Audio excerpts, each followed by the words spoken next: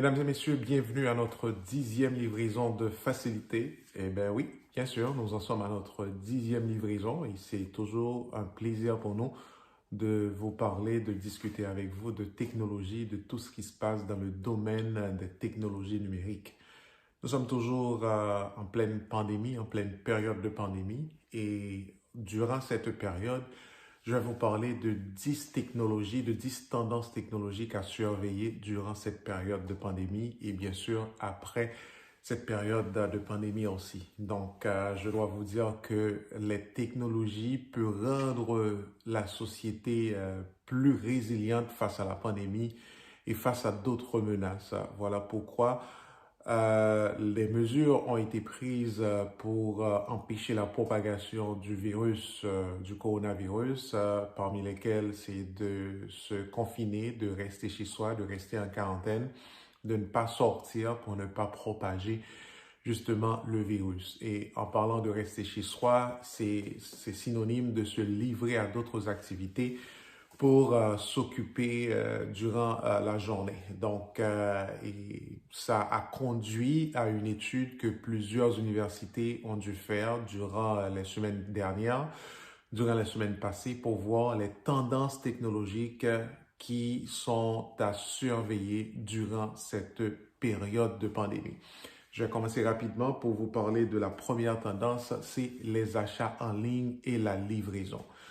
Vous l'aurez compris, lorsque l'on ne peut pas sortir, lorsque l'on vous interdit de sortir ou du moins de limiter nos sorties, on n'a pas le choix, on n'a pas trop le choix de se livrer vers le commerce en ligne. Maintenant, pour faire ses emplettes, pour faire ses achats, pour faire son épicerie, eh bien, on se connecte en ligne, on va faire ses commandes. Donc, c'est une tendance qu'on a remarquée durant cette période de pandémie. Et je dois vous dire, même après la COVID, période post-COVID, on va toujours remarquer une certaine augmentation vers le commerce en ligne, vers les achats en ligne. Donc, si on parle d'achat en ligne, on parle aussi de livraison. Parce que si vous vous connectez sur un site pour faire vos emplettes, pour faire votre épicerie, évidemment, il doit y avoir des gens qui doivent venir vous livrer vos marchandises chez vous.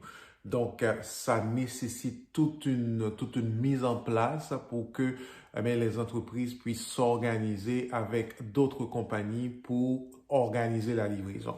Et on a vu aussi en Chine, juste pour éviter la propagation du virus, lorsqu'on parle d'achat en ligne, lorsqu'est venu le moment de faire la livraison, on utilise des robots. Les grandes compagnies chinoises ont utilisé des robots pour faire la livraison chez les gens. Tout ceci s'est entré dans le cadre de cette lutte qu'on veut mener contre la COVID-19 qui est un virus qui nous a pris par surprise, qui est un virus qui s'est introduit dans notre vie et qui a changé complètement notre façon de vivre. Alors, c'est pour ça que certaines grandes compagnies chinoises et américaines se sont tournées vers la robotique pour s'assurer que la livraison se fait en bonne et due forme aux personnes auxquelles ces livraisons doivent être faites. Donc, première tendance, mesdames, messieurs, c'est le commerce en ligne. Les gens achètent beaucoup en ligne. Et mais pour ce qui est achat, pour tout ce qui est épicerie, les gens ont tendance à se rendre vers l'Internet pour s'approvisionner. Autre tendance que je dois vous parler, autre tendance qui est en pleine expansion durant cette période de coronavirus, ça c'est les paiements numériques et sans contact. Donc, vous savez que le virus se transmet de personne à personne. Maintenant, si je touche quelque chose et moi j'ai été contaminé et vous venez toucher la même chose aussi, il y a de fortes chances que vous soyez contaminé aussi. Il y a de fortes chances que vous contractez le virus, la COVID-19 aussi. Donc, il y a certaines entreprises, lorsqu'est venu le moment de sortir, si vous n'avez pas le choix et que vous devez faire des emplettes, il y a certaines grandes compagnies qui refusent l'argent comptant. Donc, ils disent, bon, d'accord, l'argent comptant, c'est une façon de faire circuler le virus. Vaut mieux que vous utilisez vos cartes de débit, vos cartes de crédit, Apple Pay, si vous l'avez, qui est une méthode de paiement aussi. C'est un projet sur lequel, en passant, que j'ai travaillé, dont je suis très fier aussi. Donc, les entreprises, les commerces nous obligent, ou du moins nous conseillent fortement, parce que je sais qu'il y a certains commerces là, qui n'acceptent carrément pas de cash. Ils mettent la note au devant de la porte pour dire nous n'acceptons plus de cash. Donc à ce moment-là, vous n'avez pas le choix d'utiliser votre carte de débit, votre carte bancaire pour faire vos achats.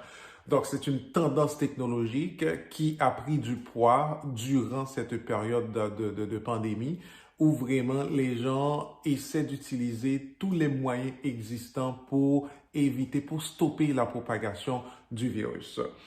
Donc, maintenant, les paiements numériques sans contact sous forme de carte ou de portefeuille électronique sont le mode de paiement recommandé pour éviter la propagation du coronavirus. Il y a un hic à ça.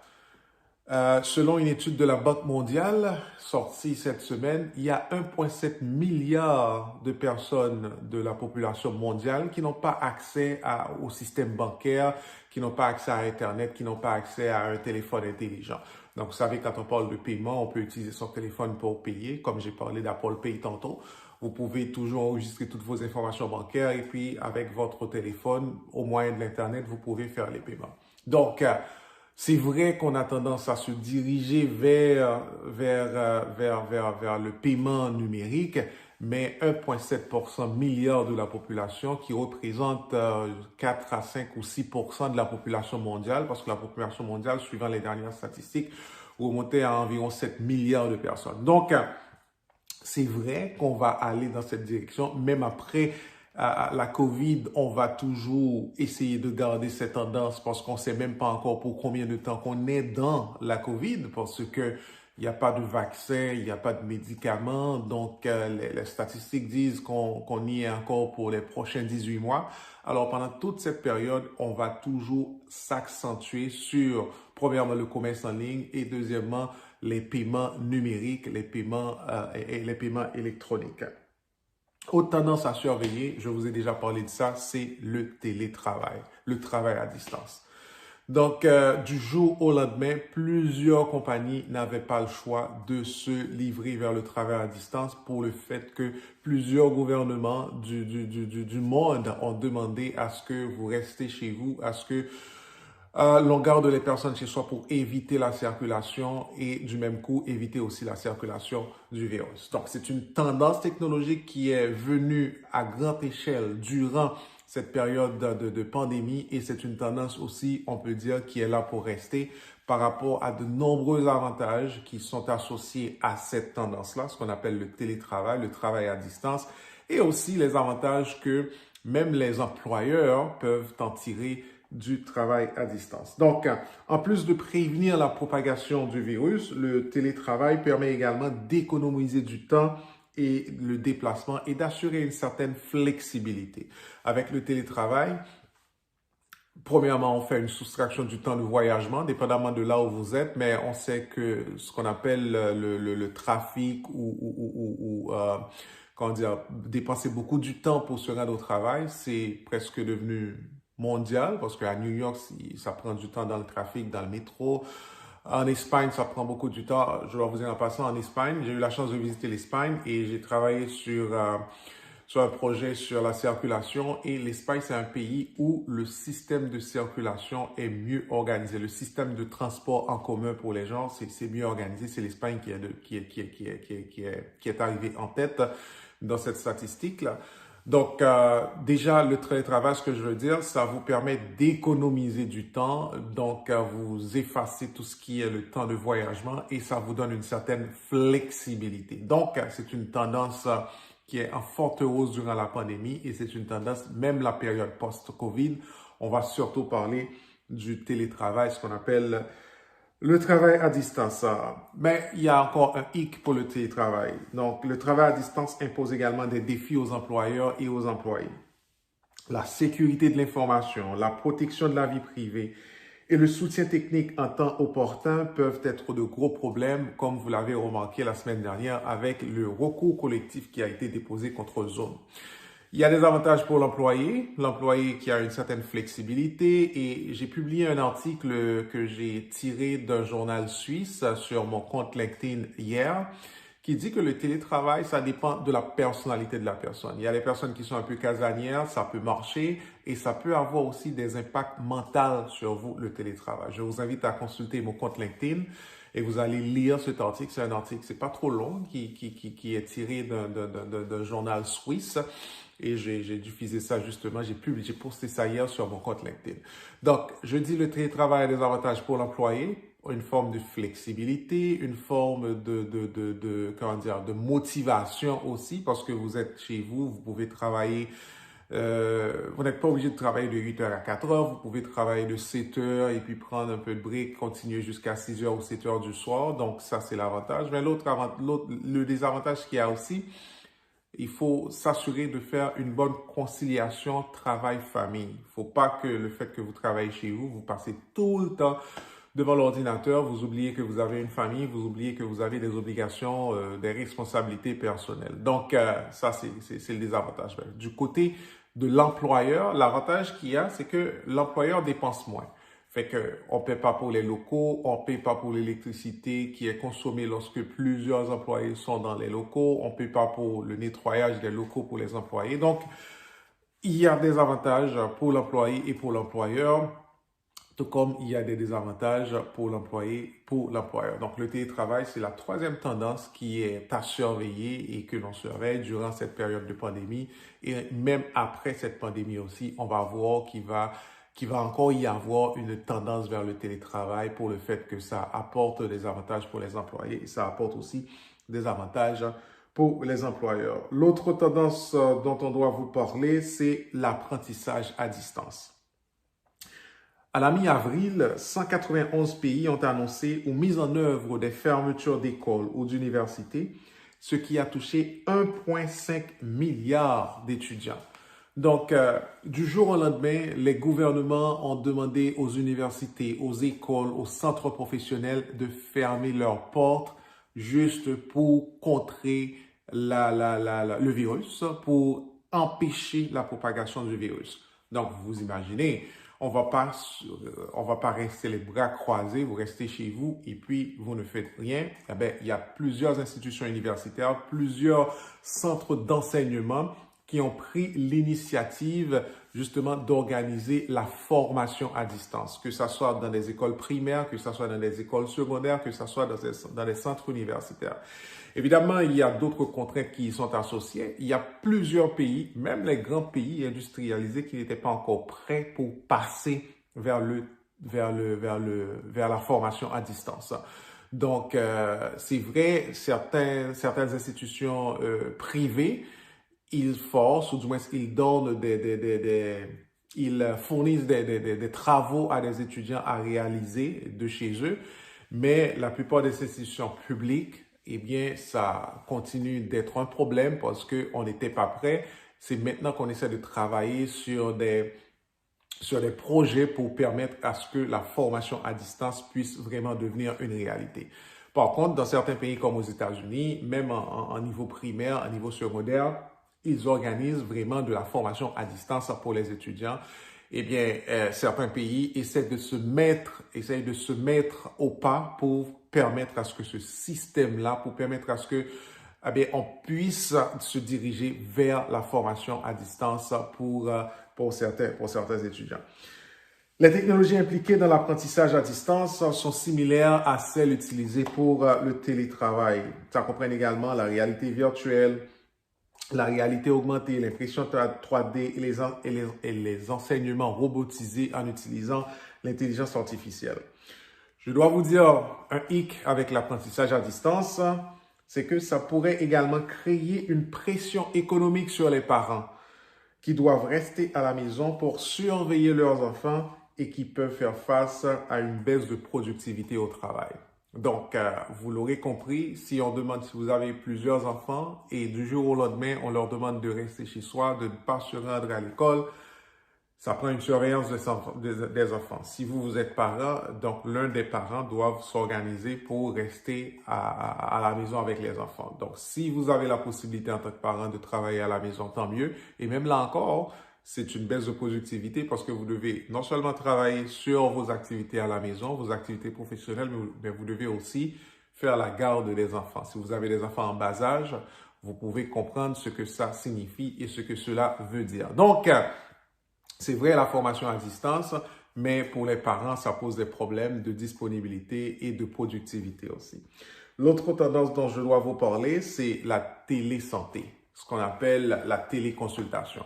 Avec la COVID-19, plusieurs hôpitaux, plusieurs cliniques, plusieurs centres hospitaliers n'ont pas le choix de faire la consultation à distance. Au lieu de demander à vos patients de venir s'exposer dans une clinique où plusieurs gens, dont certains ont contracté le virus, vont se communiquer, vont être en contact avec d'autres personnes qui sont négatives. Donc, vous voyez ce que ça veut faire et c'est un virus assez violent, c'est un virus assez puissant et ça se transmet dans l'air quand vous éternuez et puis il y a des gouttelettes, des particules qui restent dans l'air et puis l'autre personne contracte. Donc, c'est un virus assez fort, assez puissant et c'est un virus mystérieux aussi à un certain point parce que au jour le jour, on découvre des nouvelles choses concernant, des nouvelles informations, des nouveaux comportements sur ce virus. Donc, la téléconsultation, c'est devenu une réalité. Je connais plusieurs personnes qui ont déjà passé par, qui ont déjà passé par ce processus de téléconsultation avec leur médecin parce qu'on n'a pas le choix, c'est la tendance, la technologie existe, on l'utilise et les médecins aussi doivent se protéger, ils doivent protéger leur famille, on se protège et vous vous protégez. Donc, c'est une tendance en pleine expansion durant cette période de pandémie, la téléconsultation. Donc, la télésanté peut être un moyen efficace de contenir la propagation du COVID-19, c'est ce que je viens de vous expliquer, tout en fournissant des soins essentiels. Donc, on utilise des appareils connectés à l'Internet, ce qu'on appelle Internet of Things, l'Internet des objets et IoT, pour prendre les signes vitaux, tout et tout.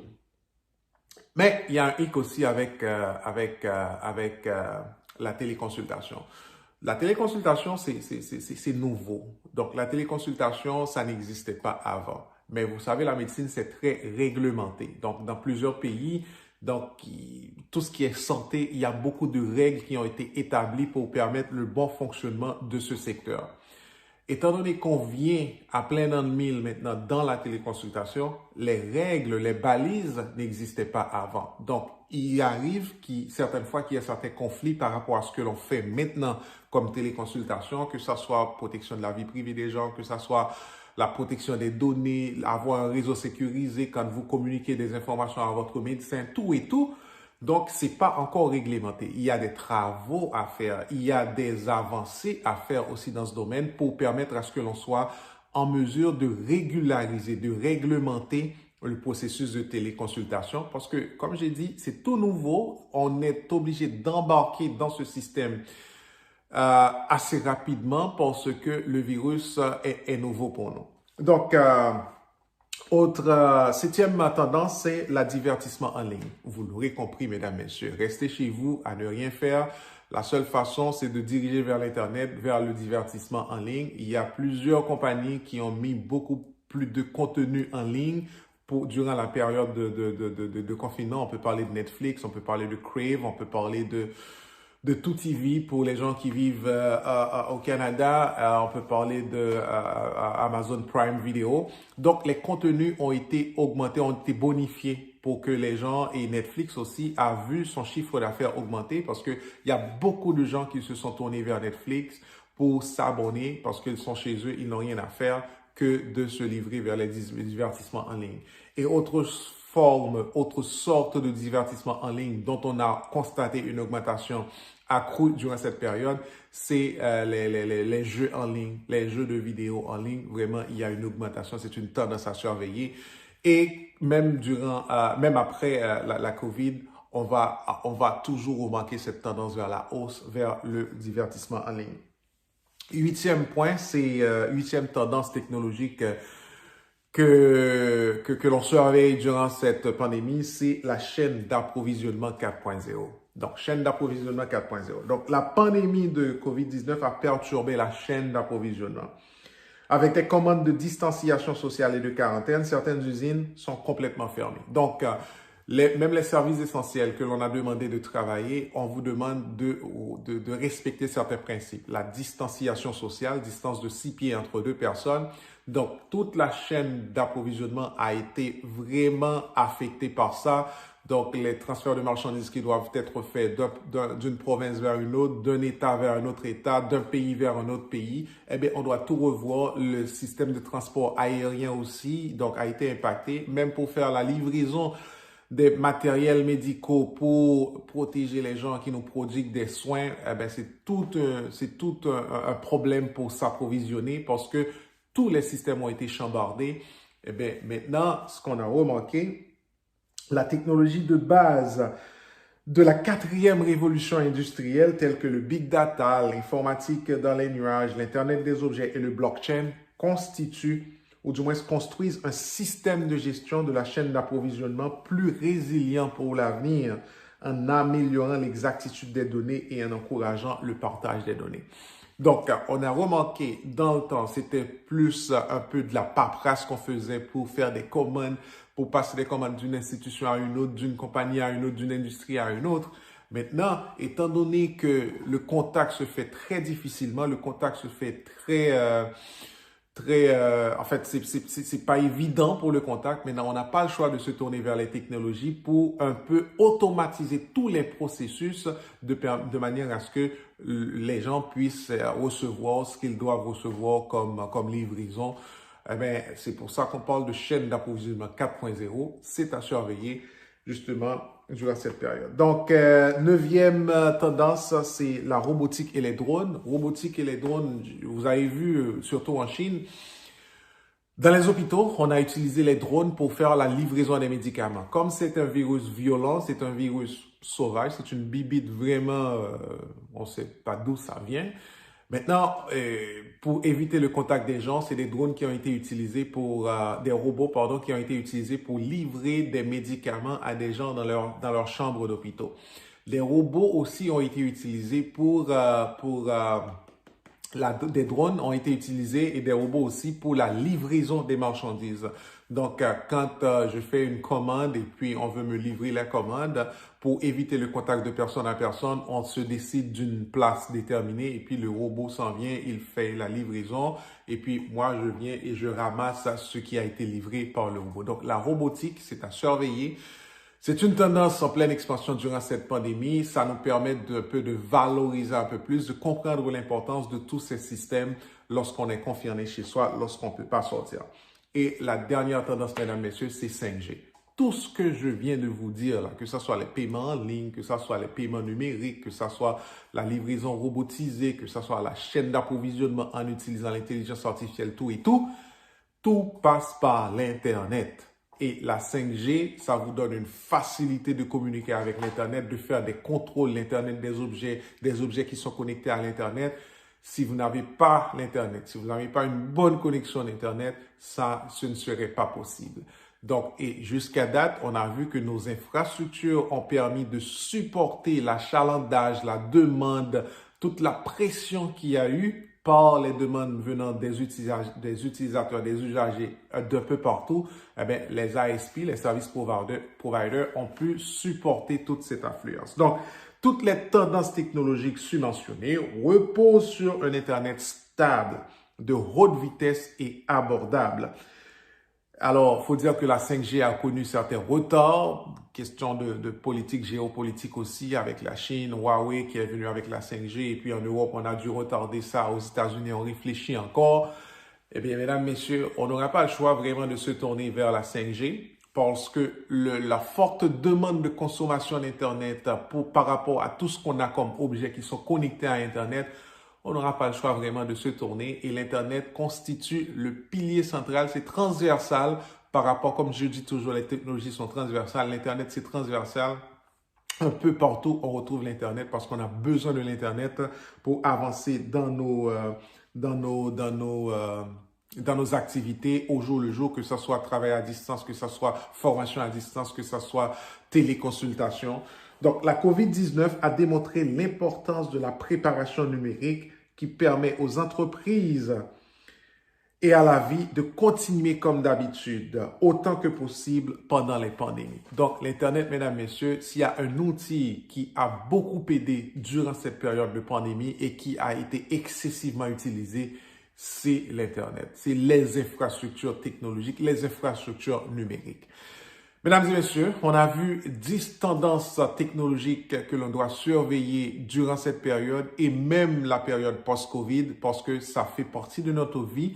Mesdames, messieurs, il y a une vie avant la pandémie, il y a une vie pendant la pandémie et il y aura une autre vie après la pandémie. Et ça va être une nouvelle vie avec des nouvelles façons de faire, avec des nouveaux comportements sur nos façons de voir les choses du point de vue technologique et qu'on va intégrer dans nos vies juste pour permettre à ce que la société devienne plus résiliente par rapport à la pandémie et par rapport à d'autres choses.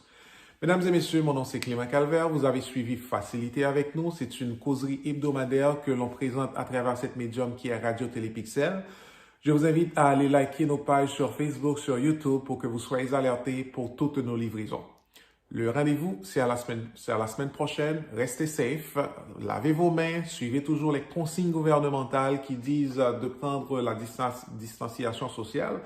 C'est vrai que l'on commence à faire un peu de déconfinement, mais ne lâchez pas, gardez toujours vos cache-nez, vos masques, vos gants quand vous fréquentez des endroits où vous pensez que le taux d'infection est très élevé. Et même quand vous n'avez pas des statistiques sur les taux d'infection, prenez toujours les précautions qu'il faut pour éviter, mesdames, messieurs, que le virus se propage parce qu'il faut vraiment qu'on arrive à bout de ce virus. Bonne semaine à vous tous. Rendez-vous la semaine prochaine.